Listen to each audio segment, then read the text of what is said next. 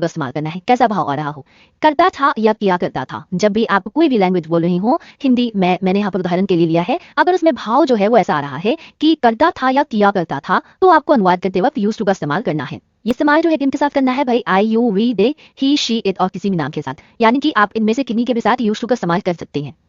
किसी की कोई भूतकाल की आदत, चाहे आपकी हो या किसी और की हो, भूतकाल की आदत या भूतकाल में हमेशा होने वाली किसी क्रिया के बारे में जब बात की जा रही हो, तब ही आप क्या करेंगे, उस वाक्य के अनुवाद में यूज टू का इस्तेमाल करेंगे। धूम्रपान करता था, यहाँ पर शाब्दिक अर्थ में दिख गया, करता था दिख गया, इसका अनुवाद हो जाएगा ही used to smoke, he used to smoke. अगला है वह धूम्रपान किया करता था, और किया करता था जब आप कहें तो ये समझ में आती है कि आप किसी पास्ट की हैबिट की बात कर रहे हैं, मतलब ही यूज्ड टू स्मोक। आगे बढ़ते हैं, वे क्रिकेट खेला करते थे, they used to play cricket, वे क्रिकेट खेला करते थे, they used to play cricket.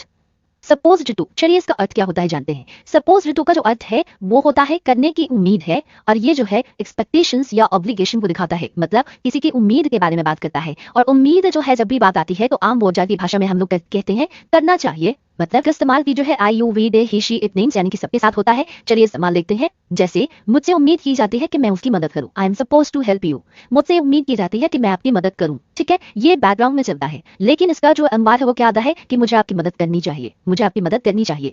आगे बढ़ते हैं, अगला एग्जाम्पल देखते हैं। हम लोगों से उम्मीद की जाती है कि गरीबों की मदद करें। भाई ये उम्मीद कौन करता है मुझे बताओ, है ना, ये एक सामाजिक उम्मीद है जो हर कोई एक दूसरे से करता है, राइट। तो इसका रिजल्ट क्या होता है, हम लोगों को गरीबों की मदद करनी चाहिए। बोलते हैं, खुद को भी बोलते हैं, आसपास वालों को भी बोलते हैं, सबको बोलते हैं कि भाई हम लोगों को गरीबों की मदद करनी चाहिए। We are supposed to help the poor, we are supposed to help the poor. आगे बात समझ, आगे बढ़ते हैं। अगला शब्द है हैव टू। हैव शब्द से आप सब परिचित है, साथ में लगा है टू, अर्थ इसका हो जाता है ना है नी है, ना पड़ता है नी पड़ती है। वाक्य में इसका जो शाब्दिक अर्थ है वो कुछ ऐसा दिखता है। इस्तेमाल जो हैव का रूल है दैट इज कि आई यू वी डे के साथ इस्तेमाल होगा, वो हैव टू के साथ भी एप्लीकेबल होगा। हैव टू का इस्तेमाल भी आई यू वी डे के साथ ही होगा। चलिए इस्तेमाल देखें, मुझे जाना है, आई हैव टू गो, मुझे जाना है, आई हैव टू गो। उन्हें पढ़ना है, दे हैव टू स्टडी, उन्हें पढ़ना है, हैज टू का।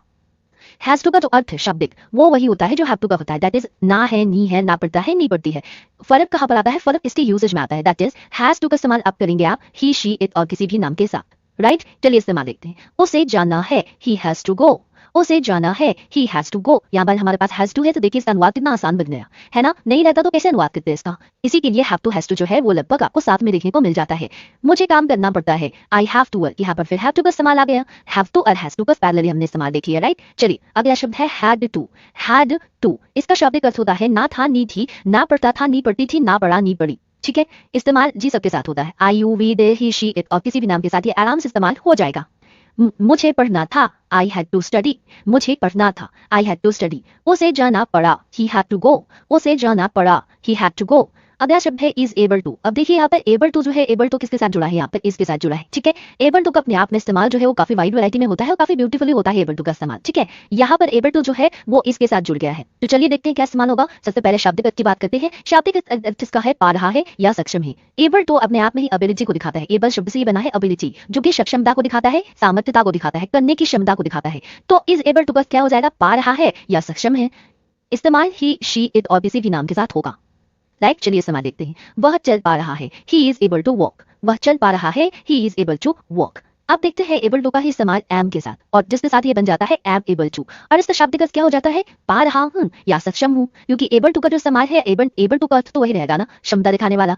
एम के साथ बस इस्तेमाल हो रहा है तो शब्द शाब्दिक अर्थ में हल्का सा बदलाव आ जा रहा है, पा रहा हूं या सक्षम हूं। इस्तेमाल जी आई के साथ होगा क्योंकि एम लगा हुआ है, एम का इस्तेमाल आई के साथ होता है। चलिए उदाहरण देखते हैं, मैं पढ़ पा रहा हूं, I am able to study, मैं पढ़ पा रहा हूं, I am able to study. इसी सीरीज में आगे बढ़ते हुए एबल टू का इस्तेमाल देखते हैं आर के साथ, और ये बन जाता है आर एबल टू। क्या बन गया, आर एबल टू। अर्थ क्या हो गया, पा रहे हैं या सक्षम है, पा रहे हैं या सक्षम है। इस्तेमाल इसका अलग हो जाएगा, यू वी दे के साथ इस्तेमाल हो जाएगा, है ना। हमने एबल टू को तीन तरीके से पढ़ा, इज एम आर के साथ पढ़ा, और तीनों का यूजर जो है वो अलग है ना। यू वी दे के साथ आर एबल टू का इस्तेमाल होगा, जैसे वे जा पा रहे हैं, they are able to go, वे जा पा रहे हैं, they are able to go. अगला शब्द है was able to. Was able to, अब ये वॉज के साथ इस्तेमाल हो रहा है, शाब्दिक अर्थ देखिए, पा रहा था या सक्षम था। वॉज के साथ इस्तेमाल हो रहा है तो था का इस्तेमाल हो जाएगा, पा रहा था या सक्षम था। इसका इस्तेमाल जी आई ही शी इट और किसी भी नाम के साथ हो जाता है। वह चल पा रहा था, he was able to walk, वह चल पा रहा था, he was able to walk. अगला है एबल टू का इस्तेमाल वर के साथ, वर एबल टू। क्या बन गया, वर एबल टू। शाब्दिक अर्थ क्या हो गया, पा रहे थे या सक्षम थे। इस्तेमाल यू वी डे के साथ हो रहा है, वर का, were able to. You we they के साथ इस्तेमाल होगा, अर्थ हो जाएगा पा रहे थे या सक्षम थे। वे पढ़ पा रहे थे, दे वर एबल टू रीड, वे पढ़ पा रहे थे, दे वर एबल टू रीड। आ गया है विल बी एबल टू। इतना लंबा है, इसको देख के घबराने की जरूरत बिल्कुल नहीं है, ठीक है। इसका अर्थ अगर आप याद कर लेंगे, यकीन मानिए आपके बहुत सारी समस्याएं हल हो जाएंगी। यानी कि अनुवाद करते वक्त नॉर्मली क्या होता है ना, अच्छा एक बात समझिए, अगर कोई आप एक वाक्य बोल रहे हैं जिसमें मान के चलिए 8 शब्द है, ठीक है। अब 8 का मतलब अगर आपको अलग अलग अनुवाद करना हो तब कितनी दिक्कत होगी, आपको होगी ना दिक्कत। और अगर उन 8 में से 4 का अनुवाद आपको ऑलरेडी पता है, मतलब चारों का जो है ग्रुप करके अनुवाद आपको पता है, तो वो कितना आसान हो जाएगा आपके लिए। तो विल बी एबल टू का रोल जो है वही बनाता है। विल बी एबल टू का कॉम्बिनेशन में अगर आपको मतलब याद रहेगा तो अनुवाद करना बिल्कुल चुटकियों का काम हो जाएगा। जैसे विल बी एबल टू, देखिए कितना बड़ा है, 4 जो है शब्दों से बना हुआ है, ये एक मतलब ग्रुप ऑफ वर्ड्स है ना। और इसका जो अर्थ है वो बहुत आसान है। इसका अर्थ होता है पाऊंगा, पाएगा, पाएंगे, या सकूंगा, सकेगा। ये इस तरीके से इस्तेमाल होता है। इस्तेमाल I you we they he she it और किसी भी नाम के साथ हो जाएगा। जैसे आप चल सकेंगे, you will be able to walk. अब समझिए इस पूरे वाक्य के अनुवाद में आपको बस यू का अलग से अनुवाद करना पड़ा, वॉक का अलग से अनुवाद करना पड़ा, बाकी आपको पता था पहले से, क्योंकि आपने यहाँ पर सकेंगे देख लिया तो आप अंडरस्टूड है कि विल बी एबल टू लग जाएगा। और आपका अनुवाद हो गया यू और चल का अनुवाद हो गया वॉक। आप चल सकेंगे, you will be able to walk. आ रही है बात समझ में? कि ग्रुप ऑफ जो वर्ड्स हैं जो मैं आपको कराती हूँ हमेशा, इनका जब आप यूजेज इस्तेमाल रखें, मतलब शाब्दिक अर्थ आपको इस्तेमाल रहेगा तो कितनी सहूलियत हो जाएगी। अब बताइए आप इस तरीके के वाक्य को आगे अनुवाद कर पाएंगे या नहीं कर पाएंगे? कर पाएंगे ना। चलिए आगे बढ़ते हैं। वह बोल पाएगा, यहाँ पर हमारे पास पाएगा है दिख रहा है, तो विल बी एबल टू होगा, ये तो आप श्योर हो जाइए, एकदम श्योर हो जाइए। वॉक का अनुवाद हो जाएगा ही, बोल का अनुवाद हो जाएगा speak, he will be able to speak, he will be able to speak. अगला शब्द है इज हैविंग टू। बढ़ते हैं आगे और अगला शब्द है हमारे पास इज हैविंग टू। ये भी ग्रुप ऑफ वर्ड्स है जिसका शाब्दिक अर्थ होता है पढ़ रहा है। क्या होता है? पढ़ रहा है। और रूल जो है वो याद रखने के लिए आप बस इस को याद रखिए, क्योंकि इसका इस्तेमाल जिसके साथ होगा इज हैविंग टू का इस्तेमाल भी उसके साथ होगा। जैसे ही शी इट और किसी भी नाम के साथ इज हैविंग टू का इस्तेमाल हो जाएगा। उसे काम करना पड़ रहा है, he is having to work. उसे काम करना पड़ रहा है, he is having to work. Am having to की बात कर लेते हैं। एम हैविंग टू का इस्तेमाल होता है पढ़ रहा है। क्या पढ़ रहा है? एम है तो आई के साथ इस्तेमाल होगा, ये अंडरस्टूड है ना। मुझे पढ़ना पड़ रहा है, I am having to study. मुझे पढ़ना पड़ रहा है, I am having to study.